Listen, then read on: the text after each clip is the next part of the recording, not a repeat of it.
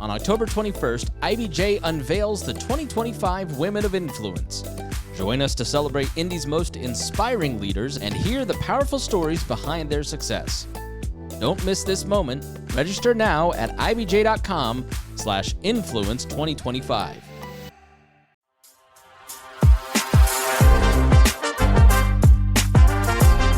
Kristen, Dame.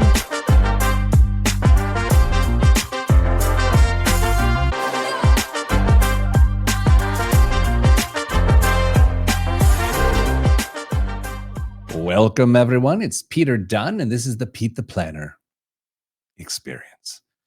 Good to be with you today as we podcast to bring you joy and enlightenment. Damian Dunn joins me as always as Kristen is hunkered down with a baby. Is that right, Dame? Yeah, something like that.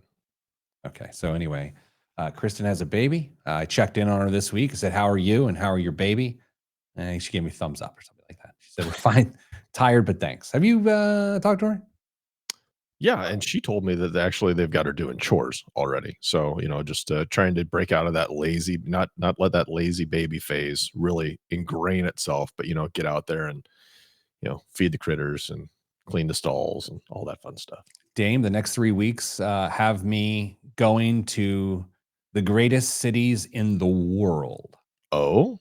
Yes. Do you want to share the cities that you're going to? Sure. I mean, to some, these are the greatest cities in the world. Me? Yeah. We'll be the judge of that. Don't worry. You tell me, okay?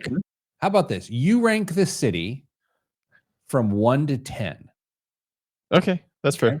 10 being really good. Louisville.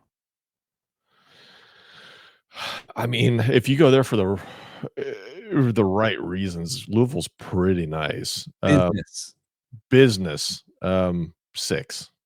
Atlanta. Business. Man, business. 5. Vegas. Business. Oh, I don't care why you go to Vegas. That's -2. Okay, so we're tracking. Yeah, don't ever really look forward to Vegas. No. Good morning, David and Chris and Andy. Good to be with you all. Dame, today what we're doing is we're taking a little bit that the wonderful Kate Swack on our marketing team put together for a different project, which was like AI versus the money guy. So what you and I are going to do is we're going to go head to head. I'm going to ask you a question. Okay. And then you're going to answer it. And then I'm going to run the same question through AI. And then I'm going to read AI's response. And then you and I get to decide whose answer was better. Then we'll flip, and then I'll answer a question. We'll plug it into AI, and then we'll judge. And I want to get out in front of this right now and say, I believe, first we have a scoring system. We're going to do a scoring system today. I believe you will win. Sorry, pause. You think I will beat AI or I will beat you? You will beat me. Oh, okay. I think you'll be better at this than me is what I'm trying to say. Hello, Jen Myers-Howell. I appreciate that. I just think you do this every day. I don't. And you know more stuff. So there we go. I do feel like we need to wait until the vacuum seal hits before we go to the radio. I'm curious if we're going to experience it since we're doing the different recording setup as far as where the audio is being at. So we'll find out. Yeah, Dame, every week we tend to guess how long the shutdown is going to last. I took the over last time. What do you think? You took the over. Was it because what day did I say? I think you said the end of the month, maybe. I think I did too. I will also take the over. On that. I'm not feeling we're heading towards come togetherness on this one. No, there's not a lot of hand holding around the campfire at this point. Good morning, Rick Swink. Good morning, Jason Brown. Good morning, Caleb Spence. We've got 1 minute until the vacuum seal hits. And then when we're locked in and all the freshness is ensured, we'll move on to the radio program. For those that have never listened to the show today, why now? No. Here's how the show. Oh, wait. Good morning. First time on the chat, long time podcast listener. Well, okay. There we go. Just as I was saying, no one listens to this. Hi, Cheryl. What a good Here's haircut the that deal. guy has too. Yeah. Here's how this show works. This is a radio show, but we made the podcast just like the whole thing, the business and the pleasure. It's basically we're the mullet of entertainment. So it's what we do. Okay, so we got 15 seconds before some dumb sound hits, and then we can be professional and move on. I could edit it out, but my day does not allow that to happen. In 5 seconds, we will determine what the issue is. I'm going to be quiet in 3, 2, 1. Was that it? I didn't hear anything. How? Did you hear it? No. I didn't. Anybody else in the simply that? The peanut? I didn't hear anything. Okay, let's start this show. Gosh, hard out at the top of the hour, everyone. This is gonna be a short show. Why, Jeremiah? Because I got stuff to do. Yeah. Can I tell you something funny? I was with Chris Spangle, producer at IBJ, and he helps with this show today, this week, and I saw him in person. And oddly enough, his doppelganger works in his same building, like true. Did you see this post, Dame? I saw the two of you. I just assumed it was no, it's doppelganger. It wasn't him. Doppelganger. Oh my gosh. So the funny thing is, he posted it, and everyone just commented on it and didn't even realize it wasn't him. I never in a million years. First of all, I didn't know that he had the doppelganger at work, which could be really interesting if we're being honest. But no, I never in a million years would have guessed that was anybody other than him. Let's do the show. In 3, 2, 1. This week on the Pete the Planner Show, we answer your money questions. Here is how the show works. Email us. The email address is askpete@petetheplanner.com. That is ask Pete, that's all one word, at petetheplanner.com, and we will answer your questions on the air. This week, we are actually answering financial questions, as is artificial intelligence. I will explain in a moment. I did use the word we. I am not French. It is plural for mi hombre. Damian Dunn. Hello, Dame. Hello, Pete. Dame, here's what you and I are doing today. We are doing AI versus the money guys. Okay, AI versus the money guys. You and I are going to take turns asking each other a financial question. The person will answer the question. Then we will put the same question into AI, let AI answer the question, and then we will vote on who had the better answer, AI or you or me. So does that work for you? Yeah, if we don't nail it the first time, we'll figure it out as we go. That's how flexible we are. All right, so you're going to go first. I'm going to ask you a question first. Okay. Okay, and I'm going to let you answer, and then I'm plugging it right now into AI. Okay. And so while that is calculating, you can get started. Here we go, Dame. Okay.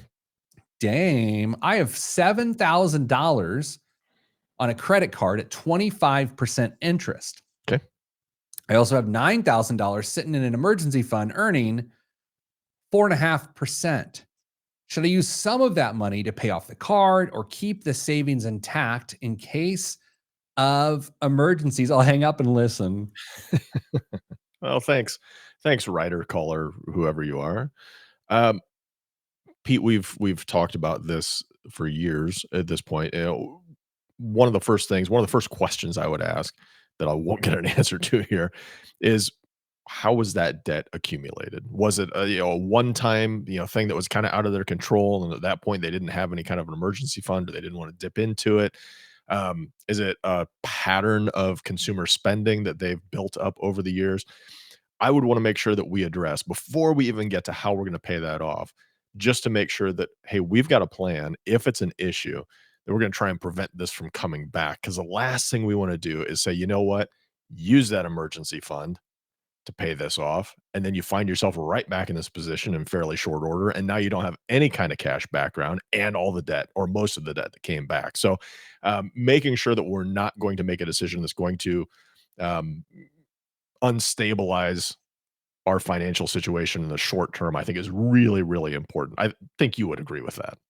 Yeah, exactly. If it's a behavior issue that got you there, wiping out your emergency fund is a bad idea.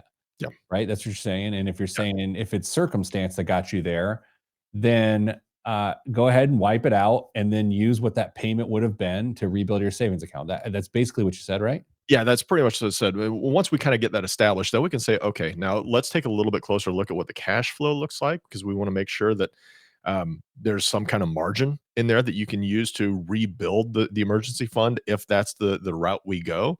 And also, kind of what's on the horizon? Is there anything that we think we might have to dip into in the future? You know that savings is going to help you sleep better at night just to have it there as well. So I'm personally of the mind that emergency funds are there for emergencies. I don't want to use assets to pay off a debt unless I have no other way to do it, and it's going to free up some cash flow to allow us to do some other stuff. I would potentially be willing to entertain the idea of using a small portion of this to at least give you 1 month's worth of expenses still sitting in that emergency fund, as long as there's a clear, repeatable way to pay down that credit card debt out of cash flow going forward to kind of just get you over that hump, get a good jump start on it, and then you're on the hook for maintaining that momentum going forward.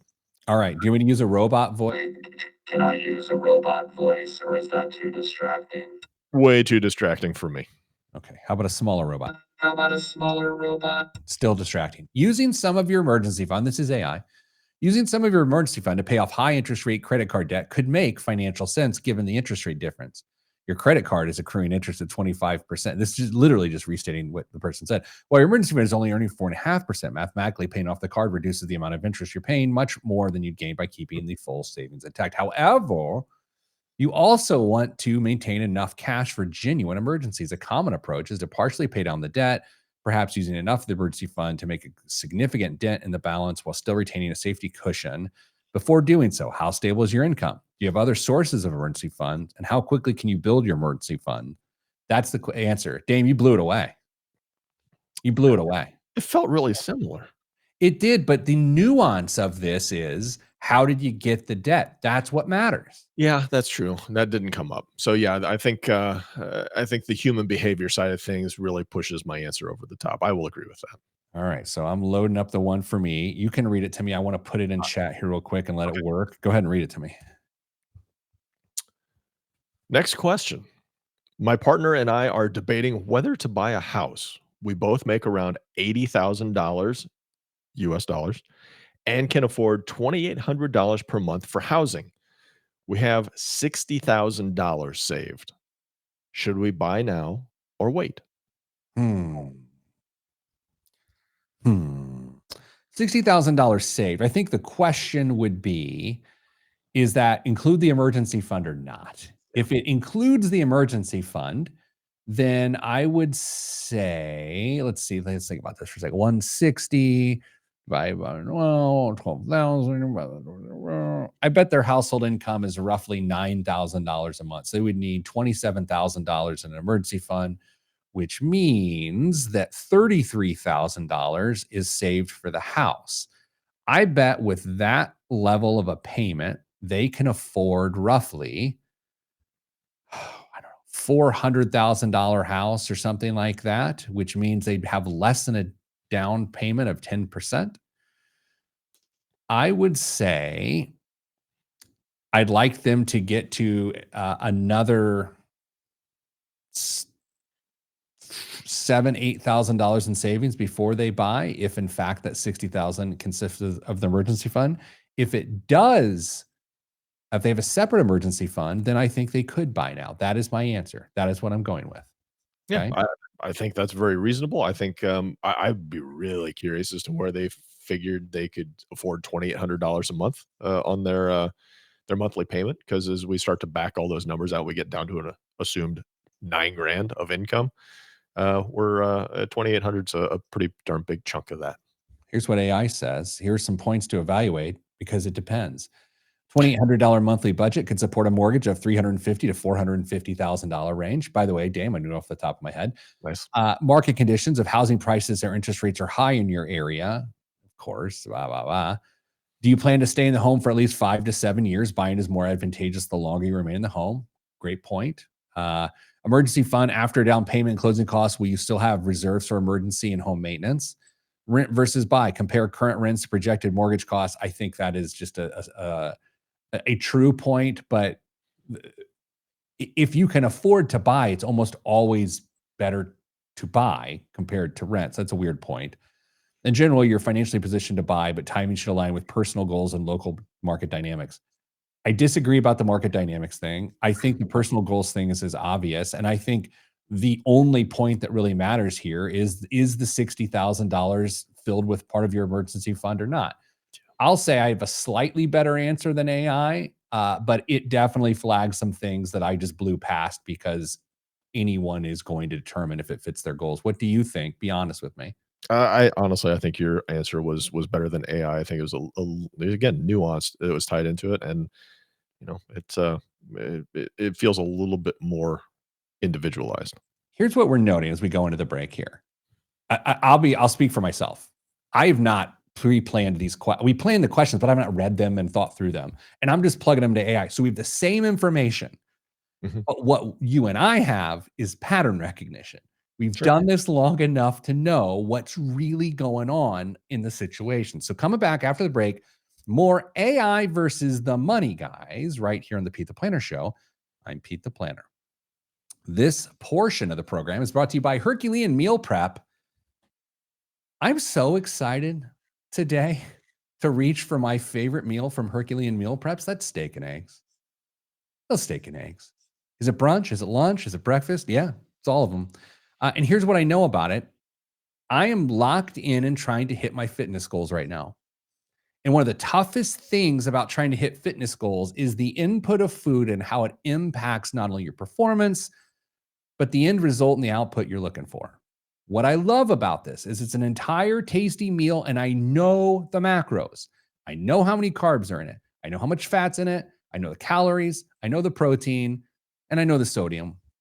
Those are the things that matter to me. And so I have a reliable way every single day to try to hit my health goals by locking in my lunch. HerculeanMealPrep.com is where you go. They will arrive to you frozen. Keep them freezing. Keep them freezing. That's what they say. A lot of people call frozen freezing these days Mhm. because it's popular. So keep them frozen. Go and get them. They last for like a year in your freezer. And whenever you want one, you grab one. I was working from home the other day, but I had to run an errand by the office. This is true. This was 2 days ago. I swung into the office, grabbed a Herculean Meal Prep from the freezer to go back home and make it at home instead of just making lunch at home. So go to HerculeanMealPrep.com. Tell them Pete sent you. I only endorse things on this show that I use and pay for myself. HerculeanMealPrep.com. Do you think they'll have like different special meals around the holiday time so that people who are meal prepping can have like seasonally appropriate meals around that? That's interesting. Like some wassail. Yeah. Yeah, Exactly. wassail pork or gingerbread lamb, or stuff like that. Of course. Here I have a goal. I don't know if the Herculean Meal Prep people listen, but we have a back channel. I want to go to their facility. I want to see how it's done. That would be interesting. I love food enough, like I love like cooking enough that I want to like see it all done. Yeah. So New guy, BM Doty, asked if he could guess where I live based off of what he's picked up over the years. He's welcome to try and guess. Of course. I'm not going to disclose where Kristen lives because she's not on here to give me her permission to do so. But if you want to try and take a swing, absolutely. She lives in a manger. Everybody knows that. No, she doesn't. The baby was born in a manger. There you go. Very close. Very, very close region to that. Yes. Dame, I told you a funny little story before the show, and I don't have time to stick around after the show, but I forgot to tell you actually the funniest thing that happened this week that I can't really talk about on here, but it is the funniest thing I think I've encountered in a couple of years, and I totally forgot, and I wish I could tell it on the show. And now I can't even hear it after the show. No, you can't. I'm going to have to actually call you later because it's Slack's not going to work. I will call you later today. Okay. All right. You know what? I kind of like the segment. Did you like the segment? Yeah, I think it'll be interesting to see what the the AI lords bring to us to see if they can hold up. And I want to say that it's not just Pete and I fluffing each other's answers and saying we're doing better. We would if we get smoked on one, I'm hoping we'll both be honest enough to say I think AI got us on that. In the series that young Kate Swack put together for Your Money Line, I got beat a couple times. I admitted it. I'm glad you got this one, not because I don't know the answer, but because this is one I think you get all the time, and I want to hear how you answer it, and we'll see what AI says. I think this is going to be a draw, this next one we're going to do. So, because we'll see. Okay, let's go to Aaron. We'll figure it out. All right. 3, 2, 1. Back on the Pete the Planner show. It's AI versus the money guys today on the show. Kristen remains on maternity leave as she welcomed young Margaret into her home. So Kristen will be back in a few weeks. In the meantime, 2 old, bald white guys are here. And it's Dame and I. Hi, Dame. Hey, Pete. All right. So what we're doing this show is we're taking some pretty common personal finance questions that we get. We are tossing them to each other. The person is answering them. Then we're running the exact same question through AI, and we're going to see who is better. People with, I don't know, we have combined almost 50 years worth of financial planning experience. Really wish you hadn't have said that number out loud, but yeah, it's got to be close. Versus infinite wisdom in the form of the thing that's going to take down humanity. All right, Dame, next question. I'm 29 and my employer offers both a traditional and a Roth 401k. I'm in the 24% tax bracket. Which should I choose, Dame? You're exactly right. This one's going to be a push on AI versus me, because I do get asked this question a lot. And here's the truth of the matter. You're going to make the best decision you can off of some assumptions that you're making about not only your own personal financial future and income, but also what the government's going to do on that side of things as well. Fact of the matter is, nobody's going to nail this exactly right in the end of things. So what you have to do is decide where you are most comfortable with those dollars going and just roll with it. In general, however, though, what the rule of thumb is when your income's a little bit lower and you anticipate making more as your career progresses, and then even potentially more in retirement than you are right now, you want to save those dollars in a Roth. Pay the taxes now, never worry about them again. At some point, however, you're going to cross a ravine that says now it is time to start getting some help with your tax situation. You're going to tell Uncle Sam, you know what? You're going to wait until I pay you these dollars. You're going to start contributing to the traditional side of things. Theory being that you're going to punt those taxes till you're making potentially less in retirement to when you can win the tax battle at that point. So you're punting when you're making more, paying them when you're making less. That just makes good financial sense. Like I said, this is a very imperfect science on trying to figure this out. So is there going to be one exact right answer? No, just a general theory and what you're most comfortable with. In fact, if somebody comes to me and says, you know what, I just want to put it in Roth because I don't ever want to have to worry about taxes again, I'm probably not going to push back too hard on that, as long as you're comfortable taking on the taxes when you're making a lot of money. So no worries there, but no one right answer on this, just whatever you're most comfortable with based off of some assumptions. Yeah, good answer. I mean, that's the answer. We'll find out what AI says. I will note this. It is highly unlikely that this person ever has a tax rate lower than 24%. Highly unlikely. Yeah, maybe. I mean, the 20, they could get down to 22. But again, that goes back to the whole thing. What's going to happen with tax brackets and tax rates? We don't know. And that's part of the going down. equation. I think it's reasonable to think they're not going to go down, but who knows? All right, let's see what artificial intelligence says. Choosing between a traditional and Roth 401k depends on whether you'd rather pay taxes now or later. Roth contributions are made. Let's skip to the chase here, or cut to the chase. Since you're 29 in the 24% tax bracket, you're relatively early in your career and might earn more later, meaning your tax rate could rise. That suggests the Roth option could be a smart long-term move. But if you value lowering your current tax bill, traditional may help now. Some people split contributions between both to hedge against future uncertainty. Did you say that part? I didn't get directly into that, so I guess if you want to tip it into AI's favor, that's fine. But I think my answer was perfectly serviceable. I like your answer better. I don't like the look. Maybe I'll expose myself here. I don't like the hedge of contributing to both. I think that's kind of weird. Okay, so I actually, you mean at the same time, or Yeah. just one and then making the switch to another? No, at the same time, but I can't tell you why. In fact, that like I said, I'm being dumb, but I think it's weird. It's like when people have like 4 target date funds.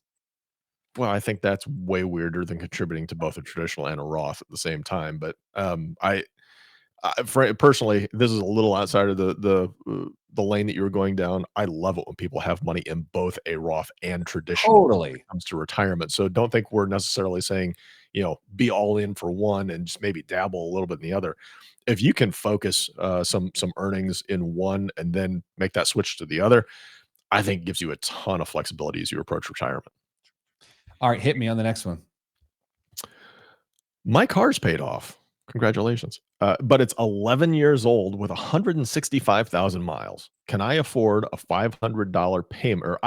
I can afford a $500 payment, but I'm not excited about taking on new debt. Should I replace it now or wait until it dies? Wait till it dies. Here's what you do. You take that $500 a month right now and just save it and save it and save it. And after a year, you got $6,000. You may even have a down payment for the car, depending on, let's say it's a Honda, it's a Yeah. Toyota. It's going to run forever. Let's say it's another 6 years. You save $36,000. You're paying cash, and that $500 a month gets to go fund other goals. This is easy peasy. Drive the car. No one cares. Bank the $500. Do not drive the car and not bank the $500, or you're dumb.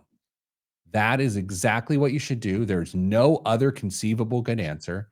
And now I'm going to read AI. Here we go. Keeping a paid off car as long as it's reliable can be financially wise. You avoid monthly payments and free up cash for other goals. However, as your vehicle ages, repair costs and the risk of sudden breakdown do increase. Time out. Okay. Dame, here's the thing. You and I have been doing this for so long that we've gotten over the fear of the binary. We've gotten over the idea that, oh, I don't want to tell them exactly what to do because you never know. It's like, no, tell the person what to do, unless we're talking about investments specifically. And then tell it to them in a way that motivates them to take action. Because where this all goes awry is when you give people mamby-pamby advice like AI is doing, and they do nothing. They do nothing. So back to AI. Here are some key considerations. Reliability. Is the car currently dependable? Who cares? Safety. Does the car still meet your needs? Whatever. Budgeting. You can afford a $500 payment, but would rather avoid debt. Waiting allows more time to save for a down payment or even pay cash. Replacing the car proactively lets you shop on your terms. If the car's running well, waiting could save money, but if repairs are looming or reliability is uncertain, replacing it with a modest car now can give you peace of mind. I blew it away. I'm going to be honest. I killed that answer. I can't believe you blew by, is the car reliable? Because if you're spending like half of what the car's worth in repairs every year, you probably ought to think about getting rid of it. And second, does it fit your needs? If I'm a young professional who had a two-door car because it was the car I drove in high school, and now I find out I'm going to have a family, two-door car may not be Suck the it up, Buttercup. come on. Those weren't complete blow-off answers by AI. I think they were, because here's what I know from doing this for a quarter century. If those were elements in this person's life, they would have put them in the question. They would have said, "Oh, we're having a kid soon, and it's probably going to ruin everything." And then they would say, "Like, I'm afraid my car's going to break down." They would say that. Dave, you and I know when people ask questions, you don't have to draw. Oh, you didn't say that you're having triplets. Like, someone would say that. And by the way, you know what? I can afford a $500 payment. Not if you're buying diapers, Jimmy. Yeah, I suppose. Why I turned up the heat here all of a sudden. Speaking of, Hmm. let's take a break. Coming up after the break, the final round of AI versus the money guys. Will people who've done this for a combined 50 years point you in a better direction than a robot with no feelings? Probably. That's all next on the Pete the Planner Show. I'm Pete the Planner. Like the pre-workout like kicked in all of a sudden. Dame, no one cares about when I talk about working out, but I want to share something with you. And I already shared this with you, but I'm just sharing it with everyone else because I like to be transparent. I hurt myself again working out this morning. Body just can't take it, Pete. It can't. And my friend this morning said to me, you know, just when one thing heals, you go and mess up something else, and you're constantly like, I'm like made of paper mache. I'm like a piñata at a birthday party, and people are just beating the candy out of me. Was it the friend with the lazy baby? No, it was a fitness professional. Oh, okay. You know what? I just didn't want to say it, and you were trying to make me say it, and I don't like that. Okay. You want to keep going? We'll keep doing the show. I mean, it'd be really weird if I said no. I'm out. You know, let's be done here. Huh. All right, Dame. How do we are winning, right? I think so. Even with, I mean, mine was. Do we say mine was a push because there was? I mean, I'm okay with the push. Yours felt like a push, but like it's okay. It's such a slight push. But here's what we'll do on the next one. We have one question left. Oh. Let's both answer it. Okay, you take a shot. Okay. I'll take a shot, and then we'll let AI take a shot. Okay. And then we have to then rank the answers. 1, 2, and 3. Yes. Okay. Okay. I trust us to live with the honor system on this one. Okay. We can do that. Yeah. All right. You want to do this? You want to just do this? Yeah. There was a news story I read this week, and I'm trying to find it in my head. Some company announced massive layoffs, and then the stock went bananas. Oh, Nestle. So was it Nestle? Yeah. Is that in your news this week? No, I saw it. I thought about it, but I was like, man, I've had enough depressing news. I'm going to try and stay away from. I mean, I know how the world works. They tried to cut $1 billion, quite literally, of payroll worldwide and cut 16,000 jobs, 11,000 of them white collar jobs. And then the stock went bananas. And I'm like, I know that's how it works, everybody. Like, I get it.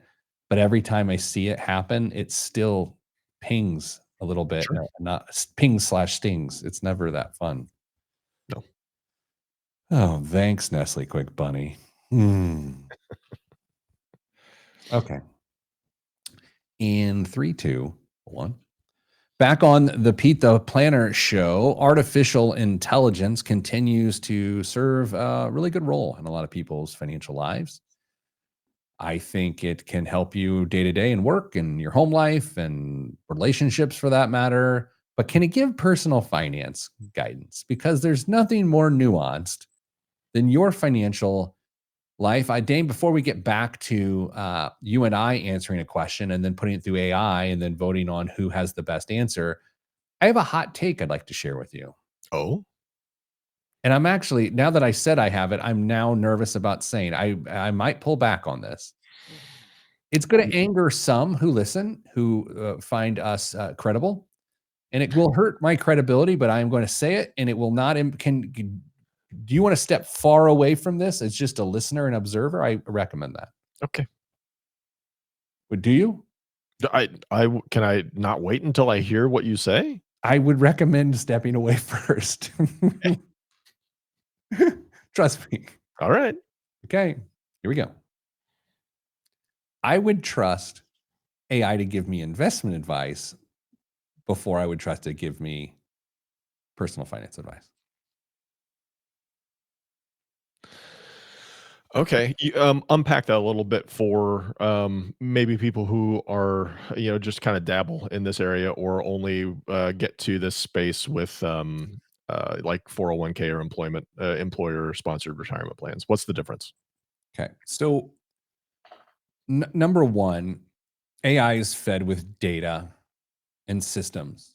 Okay. So that is to say that nothing is going to be better at analyzing trends and um, patterns and proper allocation like something that's programmed to do that. And so I think it is already structured to be better than your local investment advisor in that regard. I'm sorry to say that, all of my friends on here and all the people we serve. I'm really regretting this. But I will say why it's not great at personal finance is because of behavior. Behavior has an impact on investing, but not as much as it does in personal finance, as you're hearing with some of these answers.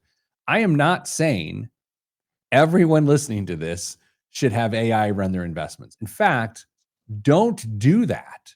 I'm simply creating a false scenario, a false hypothetical of which if I had to choose one, personal finance versus investing, I would choose investing because I think our own behaviors, which cannot be detected, our own socialization and how we were raised, which AI doesn't know, it can't account for that. So that's my argument. How dumb is that? I don't think it's dumb at all, honestly. So if you're going down, I'm going down with you. Oh, I think it's really reasonable that I would expect big investment houses to start using AI to help start analyzing investment opportunities for the benefit of not only their own pockets but the investors that give them money to invest dollars. Personal finance is way more nuanced, and frankly, the one of the biggest benefits you can have is actually working with somebody for that accountability level. You can, avoid talking to AI all you want. So I totally agree with what you're saying. I may or may not have taken my portfolio earlier this year, plugged it into AI, and said, "What do you think about this? What would you change?" And Yeah. then I may or may not have made those changes. And Hmm, I may or may not have incredible returns since then. really? May or may not. I mean, may I or may may have, not really. may not have. Yeah. I again, okay, here we go. Could ask you a question, and then you answer it, and then I'll answer it, and then AI will answer it, and then we will choose who wins. Okay. We've saved $20,000 in a 529, but college for our daughter starts next year. Should we pay cash flow the first year and keep the 529 invested, or start drawing it down right away? Okay, so Dame, let's take this in the current economy with current market conditions. Okay, is that fair? Yeah. Okay, how about it? If I am advising this person or talking to him about what's going on, I would suggest that they use the 529 now because I am really uncertain about what the next small window, next 4 years, is gonna look like in the stock market, and the last thing you wanna do is punt on using dollars that are likely at an all-time high right now, watch the balance go down, and then need to dip into them or want to dip into them at that point in the future. So, if I'm them, I'm going to at least use some of those dollars to pay for the first year. If they wanna cash flow a little bit and try and, give themselves a little bit of a buffer so they don't have to pay all of it out in the next year as well, you might be able to get away with it. But if they wanna get, lock in that win, hopefully for themselves, you're gonna use it now and then plan on using more of your own cash in the future. Okay, I would use it now, but for completely different reasons. Oh, okay. Two distinct reasons. Number one, take that cash flow and put it back into the 529 to get the tax credit, especially if you're in a state that has a tax credit. So you're going to net at least $1,000 by doing that. If you're, for instance, if you're in Indiana. Sure. Number two, if you just use the money and then just eat the cash flow, meaning just leave it unallocated, then as your life changes and you gather obligations and habits, when you go to pay the cash flow next year, it may not be there. So I'd rather the person do literally both. Take the $1,666 a month that it takes to cash flow this education, plug that in to the 529, get the full tax credit, pay for this year. I don't know how much the education is, But then it gets you a jump on next year, and the next year, the same thing. And by the time this is all said and done, you will have gathered an additional $4,000 or 20% of the current balance just in tax credits. So that is my answer. Okay. So I gave answer. You gave basically answer pro version. I don't know about that, but let's see what AI says. Here are the angles. Growth potential. Keeping the 529 invested longer could allow for more tax-free growth. Cash flow comfort. If you can comfortably pay the first year's costs out of pocket, it may buy the 529 more time to grow. Investment risk with college just a year away. The 529 should ideally be in a conservative allocation. I think I just did, just for a moment, you and I were both assuming that. I think. I mean, you said that you were slightly nervous about the market, but I was assuming it was allocated in an age-based portfolio. Strategic withdrawal. Some families split costs, paying early expenses with cash and saving the 529 for later years for higher cost semesters. This can spread tax-free benefits over time. So if your cash flow allows and the 529 is prudently invested, starting with out-of-pocket payments might give you more flexibility. Just ensure you're not overextending financially. Okay, so AI completely disagrees with you and I. It goes the other way. So rank the answers, Dame. You choose. You're 1, I'm 2, I'm AI's 3. I agree. I agree. Okay,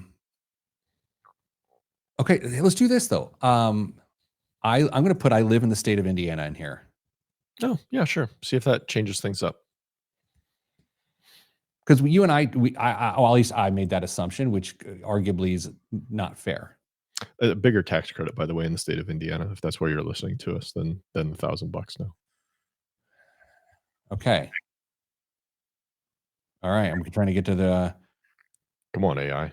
It's here. It's just long. It does account. It says 529 tax rules. So given that calculus becomes, if your cash flow allows paying the first year out of pocket, it gives the 529 more time to grow, preserving future gains. But you must balance that against your budget risk tolerance. It still doesn't say that I'm looking at the tax credit. It says that as an Indiana taxpayer, you're eligible for 20% state tax credit on contributions to a 529 up to a credit of $1,500 per year. That credit can be recaptured in certain cases, like if you roll funds to another state. In practice, this means part of the incentive of continuing contributions is this tax credit benefit. But it doesn't tell them to do that. Interesting. So everybody, AI is a good time for cinnamon roll recipes. But when it comes to like knowing how this stuff works, it ain't there yet, Queen. So go find someone who knows what they're doing. It's aggressive. It is the pre-workout. It's still flowing. So here's what we're going to do. We're going to take a break and take some downers. And we're going to come back with Blom and the news. That's right here on the Pete the Planner Show. I'm Pete the Planner. I think we dominated it. We did ourselves proud. I'm not worried about that. When I did this for the other project, it was much closer. Interesting. Were the questions significantly different? That's a good question. I feel like they had slightly more detail. And I think that's the thing of the more details you give AI, the better. And what you and I do because of pattern recognition is we generally properly assume the detail. And the average person may not realize that certain details are important to getting a good answer when you're working with AI as well, which I mean, you and I know we've experimented with this over a long period of time at this point. Knowing what to tell it and maybe even how to tell it becomes really, really important, the output that you get. So for the average person who's using AI for, financial stuff, you could get part of the way there, but you have to be really, really on it with what you're going to share with them. Yeah. All right. Well, I feel good about that. You and I are employed, man. For at least for another year. Great. All right. As we fly through this, let's get it done. And if we want to giggle and slap at the end, we can for a little bit. I love giggle slap. Yep. Good time. All right. Dame, before we get there, come home from work last night. Been like you, a lot going on here at our businesses. Our business. So we're busy. We got a lot going. Like my brain's on fire. I know yours is, everyone else's too. Good things. Go home last night. I was like, honey, I know I'm supposed to make chicken sandwiches tonight for dinner for everybody and green beans, and I will gladly do that. I said, but I need some comfort. what do you think about just ordering some pizzas, open a bottle of wine, and just like a little comfort? She was like, I was thinking the same thing. So order the pizza, grab the wine. Pizza's about to get to our house. I open the wine, pouring the wine. Her phone rings. Our daughter calls. She got a little injury at cheer practice and needed my wife to leave and go to the school to deal with that. Pizza arrives. And my wife's just like, go, just, I don't know when I'm going to be back. Just eat and then warm it up for us when we get there. So I'm just sitting there by myself, drinking wine and eating pizza. My family's in distress. And it did not hit the way I wanted it to. And it just ended up being like a sad thing, you know? Oh man, that's setting up to be just an epic evening. And yeah, kids again mess everything up. Right. That's it. I had a woman tell me this week, I was speaking at an event. She came up to me. She's like, oh, she said, oh, I used to watch you were on the local TV station when you were younger. I was like, what a weird turn of phrase there. Yeah. When you were younger. I mean, she's right. I mean, that is how the space-time continuum works, is the past is always me being younger, but it's just like the word choice had me going, you're not eating of aged, huh? I mean, you could have pointed out that means she was younger when she was watching you too. I was thinking. It didn't say it. Yeah. I visited your kid's school, not to hop back there, last weekend for a big swimming event, and my kids were amazed at the length of some of those hallways in that school. How about that natatorium, pal? It's amazing. There was a clip of a world-class swimmer being interviewed after one of the races that I believe she won. She was like, "Yeah, I showed up to a high school in Indiana, and there are two 50-meter pools." And she said, "I think we have one of these in my country, a facility with two 50-meter pools, and this is just a high school in Indiana." So, yeah, it's an amazing setup. That's definitely something a community can be proud of. The house that Plum built. Yeah, I mean, all right, now we're in the weeds. Okay, let's go. 3, 2, 1. This week's biggest waste of money of the week, right here on the Pete the Planner Show, is the Dream Aqua 10 Ultra Roller. Dream's Aqua 10 Ultra takes robot vacuums into the future, combining a self-cleaning roller system with real-time freshwater mopping, auto seal, carpet protect, and 212-degree Fahrenheit self-cleaning. Its AI navigation maps and avoids obstacles with precision, while Flex Rise suspension clears thresholds and carpets up to 3.15 inches without slowing down. Voice control lets you prioritize carpets or boost suction on command. Time out. Okay. Now let's just keep going there. When the job's done, it returns to its dock to empty waste, sanitize, dry the roller, and refill with water and cleaning solution. Marvel at up to 100 days of fully hands-free cleaning at just the sound of your voice. Dame, what do you believe? Any questions, or what do you believe this costs? No questions. My personal opinion is I don't think these things ever work nearly as well as you hope they're going to work. But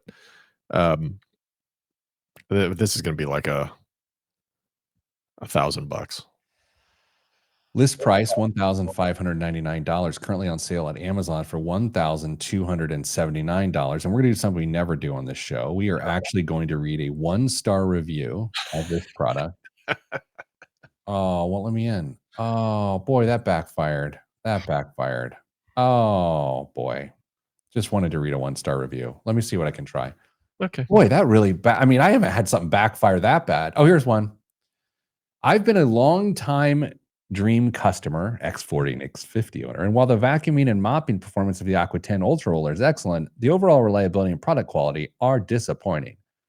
The good, Sucks strong. Actually, it says strong suction, but sucks strong is a funnier turn of phrase. Picks up dirt and pet hair well. The bad, the device frequently reports that the detergent tank isn't installed when it is. During cleaning runs, it often gets tangled with dog fur.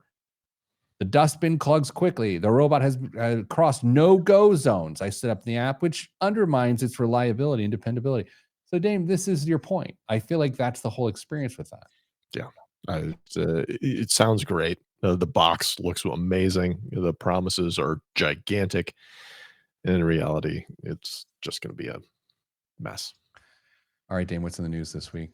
The Department of Justice is now sitting on a pile of Bitcoin that would make even Satoshi's earliest followers jealous. The government seized about $15 billion worth of the digital currency from wallets registered to a business owner it claims was running a massive pig butchering fraud ring. The DOJ called it the largest forfeiture operation in its history. Now, let me get to the important part. Yes. Despite the name, pig butchering involves no actual pork chops. Oh. Just making an emotional connection to a victim to metaphorically fatten them up for slaughter, which in more literal terms is just taking their money. I think that's a horrible name to choose for that particular, but maybe that's the point. I don't know. Who's the first person that you and I both know that if they heard that term and what it was would freak out? I don't know. Gail. Oh, yeah, totally. Yeah, but the reality is the swine is fine. Continue. DOJ is accusing Chen Zi, the founder of and the head of a Cambodia-based multinational conglomerate, Prince Holding Group, of actually heading up an international criminal operation that has caused, quote, billions of dollars in losses and untold misery to victims around the world. In an indictment filed in New York, prosecutors allege that the company trafficked people into forced labor and made them engage in scams where the victims handed over crypto they were falsely promised would be invested. Although the DOJ has the Bitcoin, Chen remains at large. This is a horrible story. That is awful. Yeah. So it actually combines both cyber crime and actual physical crime. Yes. Human trafficking and cybercrime. Yeah. Hey, thanks for bringing that up, buddy. I mean, and it had pig butchering in it. So, I mean, it's great call on reading that story. I like it. Yeah. No, this totally is what I needed. Good. I'm glad. Do you have anything else that's good like that? Sure. With a name like Schmuckers, its lawsuit has to be good. Huh? Ooh, I like that. Actually, that's great, man. Okay. The company famous for grape jelly suing Trader Joe's, claiming the grocery chain copied its popular Uncrustable sandwiches. According to the lawsuit, Trader Joe's new frozen crustless peanut butter and jelly pockets are confusingly similar to Uncrustables, right down to the round, crimped edge in the packaging that shows a sandwich with a bite taken out. Here's the financial angle, Pete. Smucker's says it spent this much over the past 20 years developing and marketing Uncrustables. Well, it's the marketing. The developing took 2 drunk guys in 10 minutes. It's it's a bottle of McCormick's gin. So it was like $7. The marketing, though, $2 billion. $1 billion over the last 20 years. Wants Trader Joe's to destroy all lookalike products. And Trader Joe's apparently has a history of making copies like this and infringing quite heavily on other products. So Schmuckers is saying that Trader Joe's has spread things a little too far this time. Oh, I like peanut butter and jelly sandwiches. I don't really eat them much anymore. I grew up on them. I love them. I was a big grape jelly guy. I would do a blackberry jelly. Then I found my way to strawberry eventually. Dame, my question for you is, do you like Uncrustables? Never had one. I've had one and I did not like it. It to me, it's like Rice Krispie treats. Homemade Rice Krispie treats, amazing. Yeah. The ones in the blue wrapper, no, thank you. Right? I don't know. Do you like the chemically ones that are terrible? I'm always amazed that they're not rock hard. Okay. So I think that's maybe I just try them every once in a while, waiting to find the one that is just brutal, and I never want to go back. They could be used for construction materials. What else is in the news? So far, we've got pig butchering and Uncrustables. Are you going to hit the parlay on the third one here today? What do we got? You tell me. The U.S. Mint has unveiled the 2026 designs for its American Innovation $1 coin series, celebrating innovators and inventions from the great states of Iowa, Wisconsin, California, and Minnesota. From the heartland to Silicon Valley, each coin honors a breakthrough that changed the world. Iowa's design features Dr. Norman Borlaug, known as the father of the Green Revolution, holding wheat to symbolize his life's work fighting for global hunger. Wisconsin's coin highlights the Cray 1 supercomputer, a nod to the birth of modern computing power. California's design depicts a young Steve Jobs in a reflective pose paired with the phrase, "make something wonderful." That's right, Steve Jobs is going to be on U.S. currency. And Minnesota's coin celebrates mobile refrigeration. It's literally a truck, I think, if I saw it right. An innovation that transformed how perishable goods are transported. Each coin shares a common obverse featuring the Statue of Liberty and, in 2026, a special gear and Liberty Bell mark honoring America's 250th anniversary. Steve Jobs going to be on a coin. Does this bother you? It just seems I think it's, I'm stuck in the mode of, presidents and, people who founded the country. And it's hard for me to break away from tradition in this case. Cause what's the floor end up being? We're going to have a refrigerator truck on a US coin. Here's what's interesting about this, Damon. I thank you for bringing this up. I think it's the fact that it's a modern figure that hasn't stood the test of time is part of that. But I will say the quarter series where each state quarter had something interesting on the back and the Indiana one had like an Indy car. Yeah. That was kind of cool, but there wasn't an actual people on the back of those. I'm okay with the obverse. I think that's apparently based on what I'm trying to depict here from this. I think that's fine, but I think you keep the tradition on the one side. Keep the president. Keep Washington there. Well, Dan, we did it. We did a show, AI versus Two Money Guys. We won. I'll just say this, Anthropic and Perplexity and a lot of these AI companies are probably going bankrupt today based on what you and I just did to them. Now, are they currently combing through our lives and sabotaging us digitally? Yes, they are. We are toast. So we may not even be on the air next week. But I'll say this, I'm sending everyone else good vibes because good vibes are all that's in the budget. I'm Pete the Planner, and this has been the Pete the Planner Show. Wow. That was smooth as Jif. Creamy. Yeah, probably better. All right, Dame. All right. Well, we did this, and I still 3 minutes to refresh and go interview a guy. So good times. Good for you. That's 2 weeks without Kristen that we've done so far. I think we've held it together longer than most people anticipated. By the way, if you're still listening to the podcast right now at the end of the show, I complained last week about the sound quality of our podcast. Did I do that on the air? Yes. Okay. I'm doing something about it this week. So let me know if you think it's better. Yeah. We'll see. We think we're doing it. It's going to take me a lot longer to edit. So let's talk over each other real quick because this is what I'm trying to fix. Because I know. If I talk over each other, we should be able to hear both of us and not just cut us out. Stay getting money.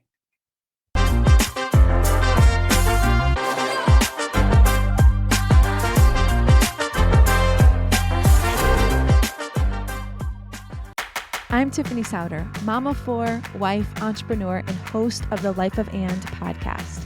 For years, I built my life with brute force, a successful business, a growing family, and absolutely zero margin. I was tired, snappy, and felt constantly behind, and I was too afraid to admit it. Everything changed when I stopped trying to do more and started building systems that actually worked for my real life. If you too are craving more peace, more presence, and just more time for you, I'd love for you to join me on the Life of And. Subscribe now on your favorite podcast app or listen at ibjpodcast.com. The IBJ Media Podcast Network is the soundtrack of a growing state. Indiana is on the move, and you can hear it happening on the IBJ Media Podcast Network. We bring you the voices at the center of our economy, our courts, our companies, and our communities. Subscribe now and be part of the conversation that's building Indiana's future. Find all of our shows by searching IBJ Media in your podcast app or visit ibjpodcasts.com.